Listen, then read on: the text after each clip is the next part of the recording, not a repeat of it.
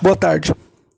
Gostaria de compartilhar com os irmãos um texto que se encontra em Apocalipse, capítulo 16, do verso 1 ao verso 21. Eu gostaria que os irmãos buscassem suas Bíblias, abrissem as suas Bíblias aqui nesse texto. Ele vai ter uma melhor aprendizagem se, na verdade, nós acompanharmos aqui versículo por versículo. Vejamos então aqui Apocalipse capítulo 16. Na verdade, não será uma meditação que eu irei fazer, mas assim uma reflexão, somente uma reflexão aqui nesse texto. Então, em Apocalipse, capítulo 16, todo o capítulo. Logo no primeiro versículo, é mostrado, nos é revelado que está se tratando sobre o juízo de Deus que será derramado sobre toda a terra. Olha o que diz o verso primeiro. E ouvi, vindo do templo, uma grande voz que dizia aos 7 anjos: Ide e derramai sobre a terra as 7 taças da ira de Deus. Esse castigo, esse juízo de Deus, que é mostrado aqui como a ira de Deus, ele será sobre aquelas pessoas que não o servem. Olha o que diz aqui o verso 2. E foi o primeiro e derramou a sua taça sobre a terra, e fez-se uma chaga má e maligna nos homens que tinham o sinal da besta e que adoravam a sua imagem. Então, esse juízo, esse castigo, será derramado sobre aquelas pessoas que têm o sinal da besta e que adoram, então, a imagem da besta. Vejamos agora de que forma esse juízo, então, será derramado sobre essas pessoas ou sobre a terra. Não vamos tratar aqui se, na verdade, devemos entender esse texto de uma forma figurada ou se de uma forma literal. Não cabe agora tratarmos sobre isso. Mas o que eu quero mostrar é o castigo, é a ira, o juízo, realmente o derramar do flagelo de Deus sobre essas pessoas. Vejamos de que forma será. O verso 8 ele diz: E o quarto anjo derramou a sua taça sobre o sol, e foi-lhe permitido que abrasasse os homens com fogo. O verso 10. E o quinto anjo derramou a sua taça sobre o trono da besta, e o seu reino se fez tenebroso, e eles mordiam as suas línguas de dor. O verso 12. E o sexto anjo derramou a sua taça sobre o grande rio Eufrates, e a sua água secou-se, para que se preparasse o caminho dos reis do Oriente. Do verso 17 até o verso 21. O sétimo anjo derramou a sua taça no ar, e saiu grande voz do templo do céu, do trono, dizendo: Está feito. E houve vozes, e trovões, e relâmpagos, e um grande terremoto, como nunca tinha havido desde que há homens sobre a terra. Tal foi este tão grande terremoto. E a grande cidade fendeu-se em 3 partes, e as cidades das nações caíram, e da grande Babilônia se lembrou Deus, para lhe dar o cálice do vinho da indignação da sua ira. E toda a ilha fugiu, e os montes não se acharam.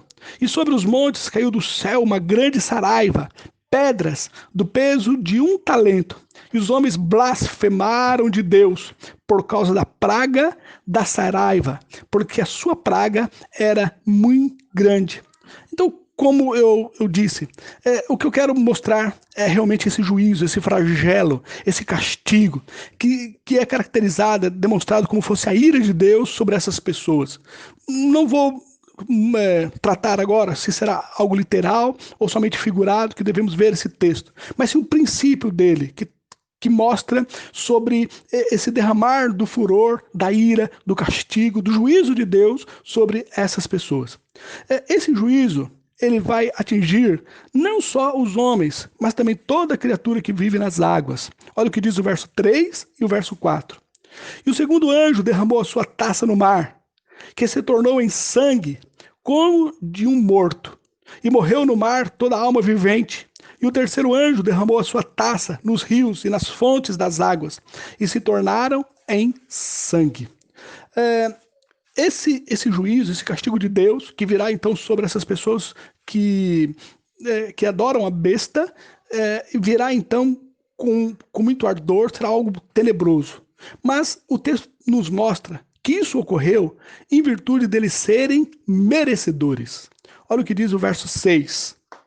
Visto como derramaram o sangue dos santos e dos profetas, também tu lhes deste o sangue a beber, porque disto são merecedores. Eles, ao receber esse castigo, o juízo de Deus, foi porque eles são merecedores, serão merecedores. E por outro lado, também o texto nos mostra que Deus, ele é santo, Deus, ele é justo e Deus, ele é verdadeiro. O seu juízo, o seu castigo foi resultado, então, da santidade, do juízo de Deus, de um Deus que ele é verdadeiro. Olha o que diz o verso 5 e o verso 7. E ouvi o anjo das águas que dizia: justo és tu, ó Senhor, que és e que eras, e santo és, porque tu julgaste estas coisas. O verso 7. E ouvi outro do altar que dizia: na verdade, ó Senhor Deus, Todo-Poderoso, verdadeiros e justos são os teus juízos. Deus irá derramar a sua ira, o seu flagelo, o seu castigo. Será momentos tenebrosos sobre essas pessoas ímpias, mas Deus o faz em virtude da sua santidade, em virtude do seu juízo, a sua justiça, e por Deus ser um Deus verdadeiro. Em meio a esse castigo de Deus, os demônios, então, ele irá congregar para si aqueles que o servem, para fazerem guerra contra Deus. Olha o que diz o verso 13 e o verso 14. E da boca do dragão, e da boca da besta, e da boca do falso profeta, vi sair 3 espíritos imundos, semelhantes às rãs, porque são espíritos de demônios que fazem prodígios, os quais vão ao encontro dos reis da terra e de todo o mundo, para os congregar para a batalha, naquele grande dia do Deus Todo-Poderoso. Essa guerra, ela será travada em um local chamado Armagedon. Olha o que diz aqui o verso 16. E os congregarão no lugar que em hebreu se chama Armagedon. É interessante, esse texto aqui, do verso 8, verso 10, verso 12 e do verso 17 até o verso 21, mostra quão severo será esse castigo, quão duro será realmente a ira, o juízo de Deus, o flagelo, momentos tenebrosos, momentos em que o castigo virá sobre essas pessoas. Mas interessante, e é sobre isso a minha reflexão, é qual será a reação dessas pessoas ao receberem, então, este castigo. De que formas elas irão reagir quando o juízo de Deus, quando o castigo de Deus, quando o flagelo de Deus, quando a ira de Deus vir sobre eles. O texto nos mostra que eles irão blasfemar de Deus. O texto nos mostra que eles não irão se arrepender para darem glória a Deus. Olha o que diz aqui o verso 9 e o verso 11. E os homens foram abrasados com grandes calores e blasfemaram o nome de Deus, que tem poder sobre estas pragas, e não se arrependeram para lhe darem glória. E por causa das suas dores e por causa das suas chagas, blasfemarão do Deus do céu, e não se arrependerão das suas obras. O verso 21 também diz: e sobre os homens caiu do céu uma grande saraiva e pedras do peso de 1 talento. E os homens blasfemarão de Deus por causa da praga da saraiva, porque a sua praga era muito grande. Interessante que tem um ditado popular no qual ele diz que quando a pessoa ela não vai pelo amor, ela vai pela dor. Esse ditado realmente ele não combina muito com a palavra de Deus. Na verdade, eu quero que nós entendamos que só existe uma forma de nós nos achegarmos a Deus. E essa única forma de nos achegarmos a Deus é pelo amor. Quando nós nos rendemos à bondade, à misericórdia, à graça de Deus e o amor dele revelado por nós ali na cruz do Calvário. Essa é a única forma de nós nos achegarmos a Deus. Entendemos que o Deus a quem nós iremos nos entregar a Ele, servindo a Ele de todo o nosso coração. É um Deus que nos ama e revelou o seu amor na cruz do Calvário, onde o seu próprio Filho foi enviado para sofrer, para morrer, para levar o castigo ali em nosso lugar. E nós, então, ao entendermos o sacrifício de Jesus por nós, nós entendemos o quanto Deus, Ele nos ama. E é em rendição, a amor a Ele, que nós nos achegamos a Deus. Não existe dois caminhos. Quem não vai pelo amor, ele vai pela dor. Na verdade, essas pessoas que sofrem, e em meio ao castigo, o sofrimento, elas na verdade irão se rebelar. Elas irão se revoltar contra Deus. Pessoas que se achegam a Deus pela dor, elas fazem isso por remorso, por medo da morte.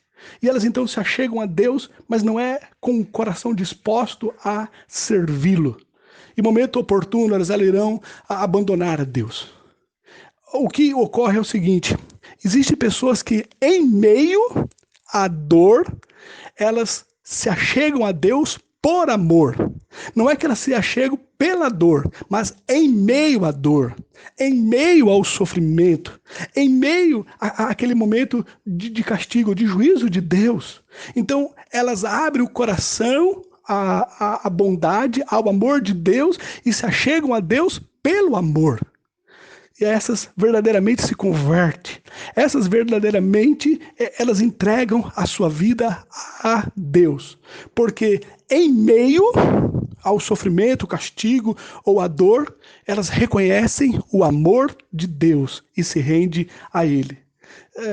Essa é a forma verdadeira de nós reconhecermos a bondade, a misericórdia de Deus para conosco e nos rendermos a Ele em obediência à sua palavra. É quando realmente reconhecemos o quanto Ele nos ama, o quanto Ele nos ama. Para terminar, vejamos aqui no verso 15, que em contraste a essa reação dos ímpios, que irão se blasfemar contra Deus e que irão realmente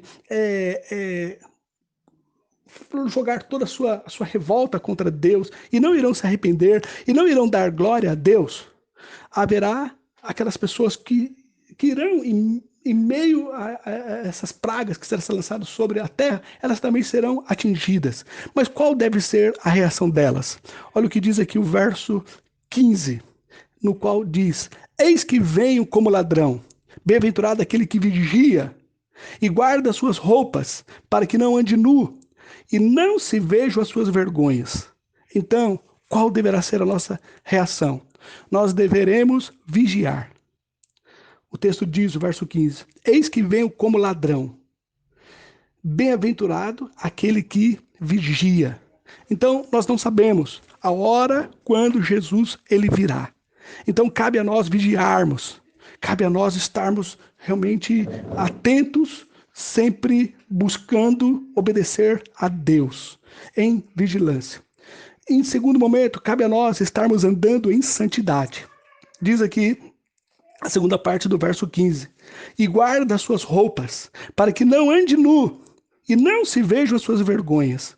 Então, que nós não venhamos sujar as nossas vestes, que nós não venhamos estar desprovidos, mas venhamos estar com a armadura do Senhor, revestidos então com a armadura do Senhor. Venhamos estar com as nossas vestes brancas, alvejadas, limpas com o sangue do Cordeiro, que nós venhamos andar em santidade, para que quando o Senhor voltar, ou em meio a qualquer tribulação que possa ocorrer, Ele nos encontre então aptos para estarmos com Ele, porque estamos vigilantes em santidade.